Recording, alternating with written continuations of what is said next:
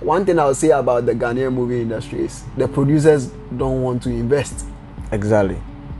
They don't want to even push pay in you for money. that. Yeah. Yes. They don't want to push in the money. And now, Edem shares with me a thought-provoking story about himself, from a childhood dream, learning under great men, and owning AIR THEM Multimedia today. Okay, now tell us. You wanted to. The main purpose for starting this studio was because you want to score. Yeah. How did it start for you? Did you just come about? How did it start for you? Okay. Way back, I would say way back in Kumasi. So you were not living here initially? I wasn't living here. I was here. Okay. So okay, let me start this way. I was here during my childhood days. Yeah. And I quite remember all guys who were like fugitive. I should use that word. Very fugitive. Go like, oh, when their fathers have tapes, there's those old tapes that had record button and then pause button, and then you hear a song on radio which you like. You go like, you want to record a song, so you press record, you press play, which helps you to record. Yeah. When it gets to a point whereby you don't want, you pause. It's the same way. It's the same thing we are doing here. That's what we will call the analog system. But now we are doing a digital one. Yeah. So I started with that, even though I didn't know what I was doing back then, but that was how I started. Along the line, I had wanted to go into drumming, whereby I can put conchos together and then be playing stuff. We all did. Many of us did that in childhood.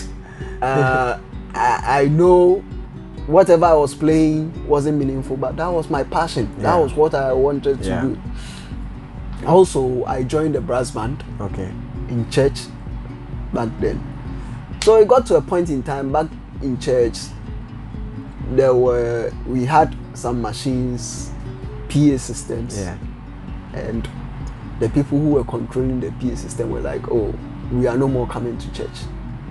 So it was like, so who is going to take it on? We were about 3 guys. We decided to take it on. And then as day went by, I was actually controlling the PA system in the church. Yeah. So I completed JHS and then traveled to Kumasi. Even during that time, I was given a pastor back then gave me a letter to take to any Presbyterian church wherever I find myself. Wow. That this is what I do in church. So they should give me the chance to. Yeah. But I didn't use that, and then days passed by, and then after school, there was this friend in Kumasi who was like, oh, I had Fruity Loop, and I heard of Fruity Loop, so I was looking for the software, and I couldn't get it from anywhere. So this guy was like, he's gone to Tech, he got the software. Even that one was a cracked version, and the cracked, he didn't even have the crack for it. So he brought it, we installed it, started playing with it. You can play a masterpiece, but at the end you realize you cannot even save because the software wasn't cracked. Okay. So as time went by, I came back to Accra and then had this Pentium 2 computer. Went to learn video editing a little because the software I was using for the video editing couldn't push with Pentium 2. So I was like, since the machine is just there idle and cannot be used for the work I have learned, then why don't I push it into something else? So I then went like, okay, then let me put it into use by putting on the Fruity Loop. So I had this friend who was also having the Fruity Loop software, the cracked version, but didn't have a computer. And he goes by the name Caddy. Okay. So I invited him over one day and then he came to put the software on. And I was like, hey, I want you to guide me or teach me to know the software more. So he took me through. We recorded a couple of songs. Back then we were just coming into it. So you didn't just stand up and started mixing beats and instrumentalists. No. You know, in every journey of life, you need a helper. Absolutely. And you cannot do it alone. always people go like, oh, this thing I learned on my own. Even if you downloaded from YouTube, you didn't learn on your own. No, definitely. Yes, you learned from someone. Yeah. So sometimes people will go like, oh, I did self-taught. You didn't do self-taught.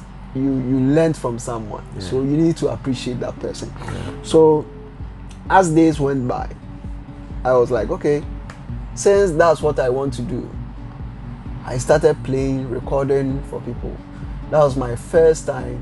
I recorded for this girl, a girl called Namzi, in our neighborhood, and then she was like, she's been going to Kastu and Ray back then, the studio that produced Jatabi for Adani Best.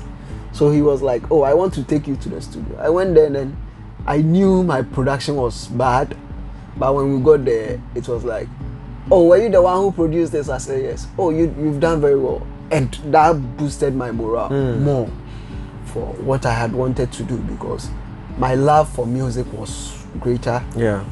So I just wanted to push it to the next level. So with that information that even came, boosted the morale more. So I was working. One day after my mom passed, and then I found myself into working for Dominic, who was a mentor judge with Marco Krikuman. Yeah. Black. I worked with him.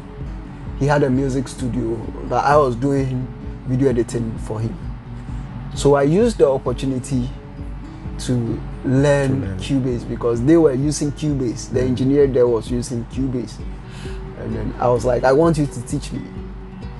So he just gave me a brief on the software and then gave me the software. So when I came home, I installed. And you know, with Cubase, you need to connect hardwares, which is the keyboard, and then before you can operate. It's not like Fruity Loop whereby even your computer keyboard can help you operate. So I connected. I didn't have a keyboard back then. I didn't have a keyboard back then. So I had to get one. I installed the software, but I couldn't get the opportunity to use. What was the first keyboard you bought? Casio. I bought it somewhere around Newtown. Okay. And then along the line, it got to a point whereby the keyboard wasn't working. So I need to get another one. So I got the stuff and then started working. To the extent that the caddy who taught me the Fruity Loop didn't even know how to use Cubase. So he was like, now I want to learn how to produce with Cubase. I want you to teach me now. So it's the tables have turned. Yeah. And it got to a point, he who was rather teaching me, it got to a point he comes to me and say, I want you to record my song for me. Because he knew maybe the level I've gotten to was much more higher than his. Yeah. So that was how the journey all started, how it all began. Wow. From childhood to now. Wow. Such an interesting story. Yeah. But along the line, I met a couple of people, because the production was a different thing and the mixing aspect was a different thing. Yeah. Because you go to people and then you ask them, I want you to teach me how to mix. Because you can go like, I'm doing self-taught, but definitely you need a helper. You can do all the mixes you think you know, and then you take your song out and your output is whack. Excuse my language, but it's bad. So that's how it is. So along the line, I came into contact with another producer called DDT or the Thompson. DDT, yeah. He's normally known as DDT. Yeah. That's why I used DDT. Yeah. And then I kept going to him. And then he kept throwing more light onto whatever I knew. At times I mix my songs and take it to him. Just listen and then tell me what you think. He listens and tell me. Along the line, I met another guy called Leslie, who is called Leham. Yeah. He's also a producer. Yeah. And then along the line, I met him. So with him, he liked the way I mixed my voices. And then was like, I like your vocal texture. So we all share ideas, and then that was how it all came about. Tell me one thing about music that if you are asleep and they wake you up for, that you won't blink a second to do.